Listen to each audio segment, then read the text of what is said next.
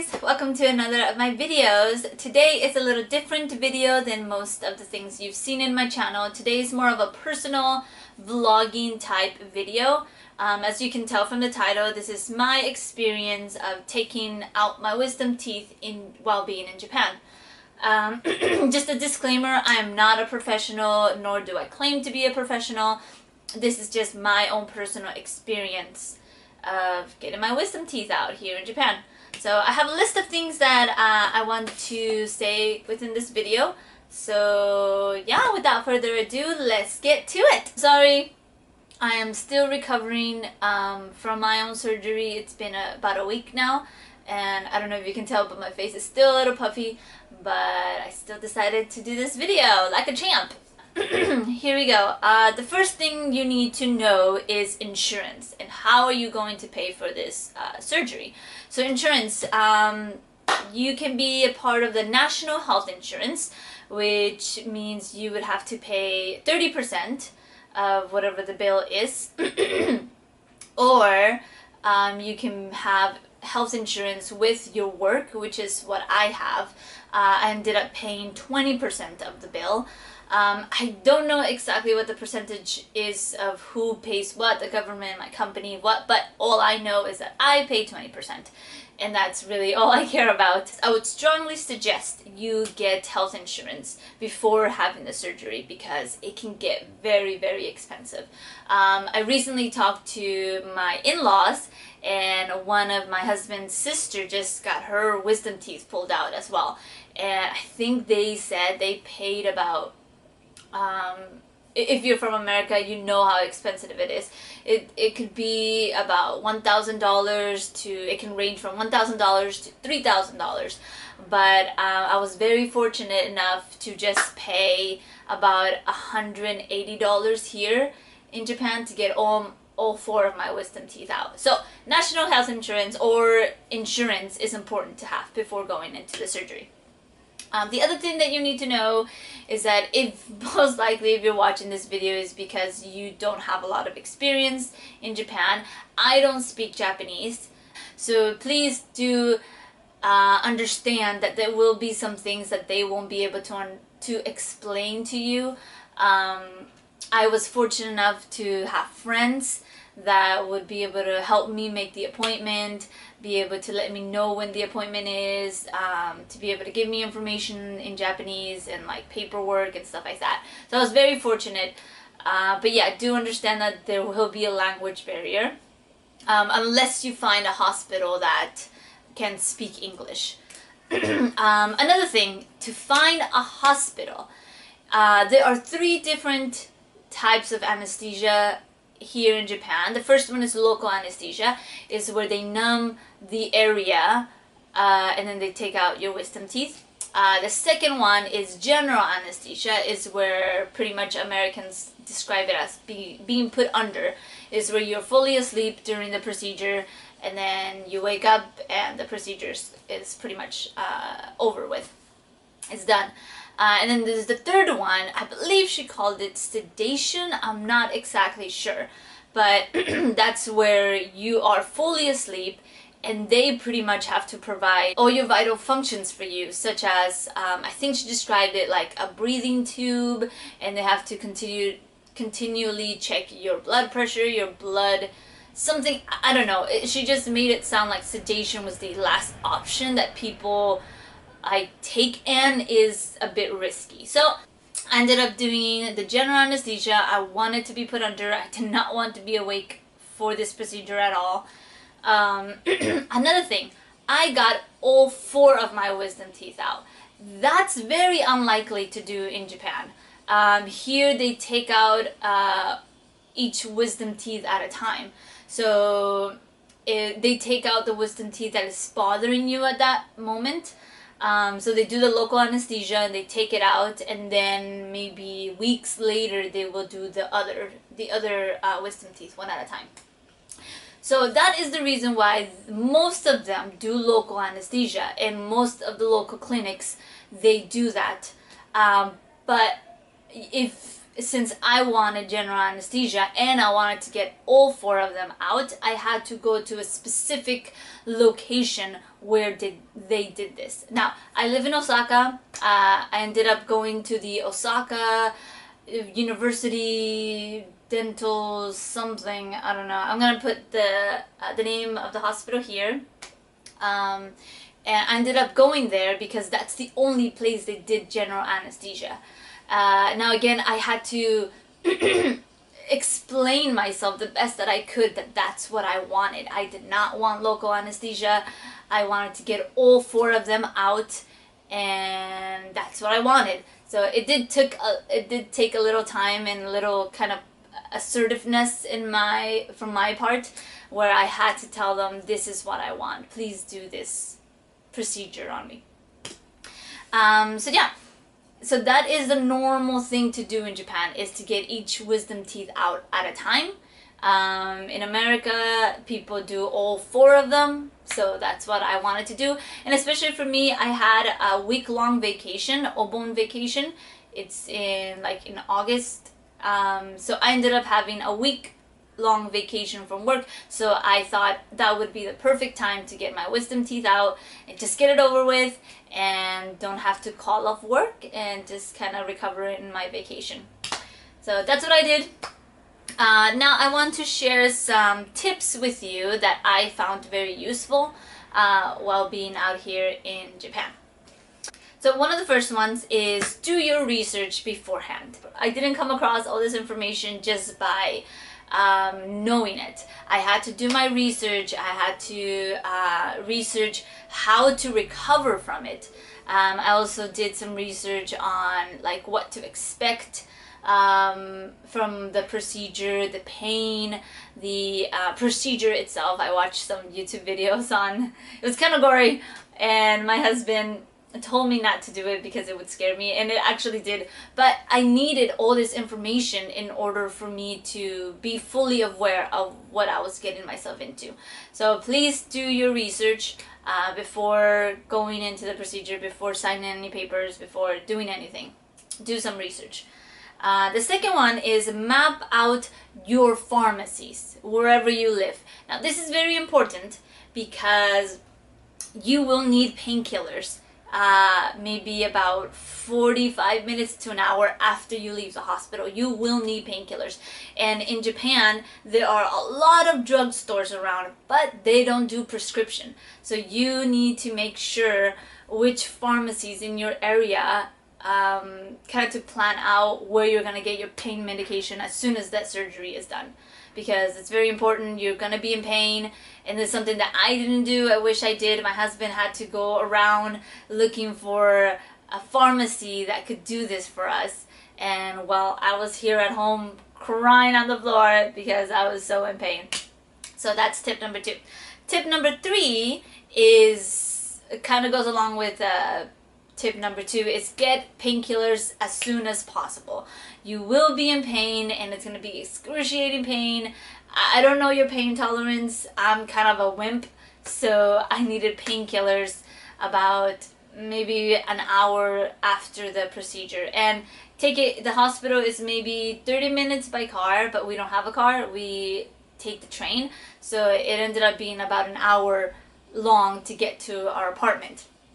So during that time, the anesthesia wore off, and I was in excruciating pain. So yeah, get painkillers as soon as possible. The fourth one is to gargle salt room temperature water. If you did your research, this is what they recommend, this is what they suggest. I personally liked it because it just made me feel clean, and it did get a lot of little gunks and stuff out of my mouth without burning me or without hurting me in such a way.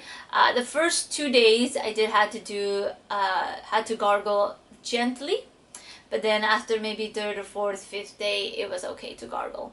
But be careful I would say the first 3 days, just gargle kind of gently.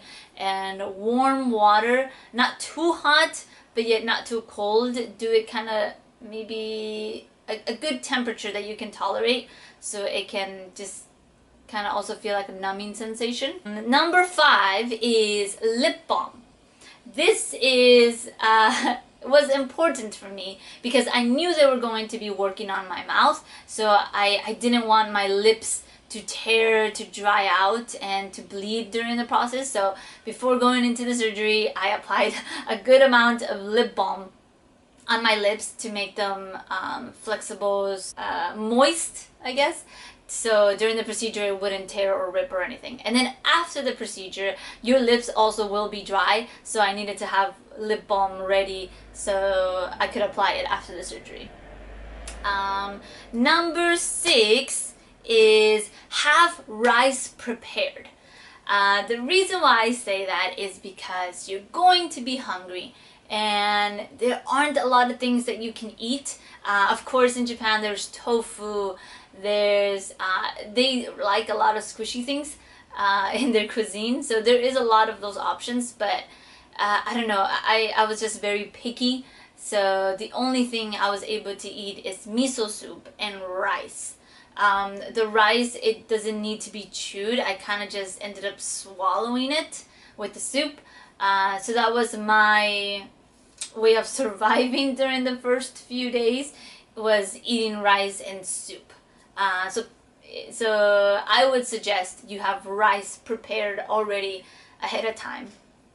And the reason for that is because the procedure, you have to, in order to do the anesthesia, you can't eat or drink anything.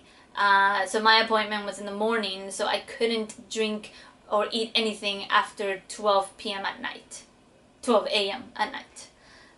So in the morning you will be hungry, after the procedure you will be hungry, so I just needed to get home, get some painkillers and eat because my head was hurting and I needed to have some energy.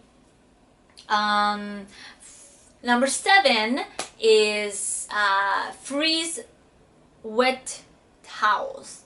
And the reason for that is because they say that the first 24 hours is where your face will be swollen, and those 24 hours is the time where you can decrease that swollenness. I didn't know this, so my face was pretty puffy. Even now it's still kind of puffy, but it was pretty puffy even like the 4th and 5th day. So I wish I would have known that. But the reason why I say wet towels is because, and you should put them in a Ziploc bag so that it's not like contacting your skin, is because I don't like freezing ice or like those ice packs and then just put it on your face, and it just seems very harsh on, like, for me it was flexibility. I needed to put something against my cheek that was able to curve with my cheek and but still feel cold. So that's why I suggest wet towels, because they were able to do that little flexible curve against my cheek. I also found some like ice, I don't know, ice gel like strips at Daiso that I was able to use later during the swollenness. It actually did help. So yeah, I would recommend those too. But if you don't have anything frozen, just wet some towels, put them in a Ziploc, put them in the freezer for a few hours, and then take them out and just put them on your cheek. I really liked that idea. The flexibility was a lot better. Number 8 was coconut oil. I'm a firm believer of coconut oil. I love coconut oil. I use it for so many things, moisturizer, lip balm. I clean my teeth with it. I take it as a makeup remover for my hair, everything. So it was natural for me to just get a spoonful of coconut oil and kind of swishing it around my mouth. I've heard so many good things about it in the internet, and I personally didn't see any benefit, but I mean, I'm going to the dentist today to get the stitches out and to see my progress. Hopefully I don't have any bacteria or gum disease or anything. And I guess I would attribute that to the coconut oil. So I would suggest coconut oil, just squishing it around, just a spoonful. It made me feel better. It did feel a little soothing sensation, so I recommend coconut oil. Not olive oil, coconut oil. Number 9 is don't do a lot of physical activities. The first few days they do recommend that you don't work out, you don't go for a run, and the reason for that is because you're trying to let your jaw, your cheeks, your gums heal, and by you doing excessive workouts or excessive work, the blood, I guess, will be pumping very hard, and it can cause more more bleeding than it needs to. So I would suggest abstaining from physical activities such as exercising, running, swimming, or whatever, just for a few days, maybe four or 5 days. But after that, I am pretty sure you can get back into it. But that was one of the tips that I wanted to share. It is a little difficult because I'm more of an active person, so I couldn't do anything, and I just need to stay home and binge watch on The Walking Dead, which I finished season 7. Oh, so good. So that's what I ended up doing for my vacation. Kind of sucked because I was in pain and trying to heal from this, but yet I couldn't do anything. I couldn't shoot videos. I couldn't get out and explore, but it's okay. I'm sure it's gonna be worth it. Number 10 is brush the next morning after the surgery. I don't know why the dentist or the nurse said, oh, it's okay to brush your teeth. Where I read everywhere online that the first day of the surgery you should not brush your teeth. I did, I don't know why, but I ended up brushing, and it inflamed my cheeks, like my wounds. I could feel that they were like inflamed or awakened, if you will.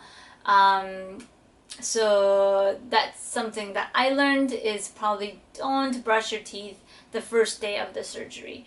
For me, I'm very hygienic with my mouth and my teeth, and in this surgery there have been a lot of times where I've had bad breath, and it kills me because I don't like that, and I can smell my breath, and I feel dirty, and I just want to brush my teeth all day long.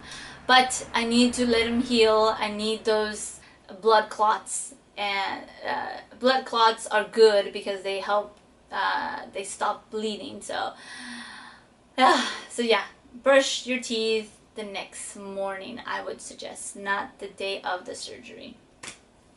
Number 11 is make an early appointment. And the reason why I said make an early appointment, for my appointment was at 9:30. I think that was the earliest, maybe 9 was the earliest, but for me it was because no eating and no drinking anything. Oh, that's so difficult for me. I love to eat, and right when I wake up in the morning, I'm thinking, what should I eat for breakfast? So you can't eat anything, you can't drink anything. For me, it was the earliest possible appointment that I can have, so I can just get it over with and be able to eat afterwards. So yeah, I would strongly suggest trying to make an early appointment because you can't eat or drink and you need to just get it over with. And the last tip, number 12, is don't go alone. Yes, don't go alone. I had to ask my husband to call off a day from work so he can accompany me during the procedure, because I knew that after the procedure I would be very drugged up. The anesthesia wouldn't have worn off, and I needed to get home somehow, and I couldn't take the transportation system on my own. I needed his support, just physically, emotionally, and spiritually. I needed him to be there present for me. So I would suggest don't go alone. Take someone with you. If you have a Japanese friend who is a great friend, I would suggest they go with you as well. So maybe if there's any translation that they can help with. If not, a spouse, a friend would be able to do the trick. So yeah, don't go alone. So yeah, those were my 12 tips on getting your wisdom teeth out in Japan. It is a pretty dramatic experience, no matter what people say. So yeah, I'm glad I got it over with. I got all 4 of them out at the same time. The healing process is a bit longer than I expected, but at least it's over with and I don't have to worry about them popping up anytime that they want during the year. So yeah, I hope you found this video useful. If you did, please give it a thumbs up and I'll see you in my next video. Best of luck. Bye. Mwah.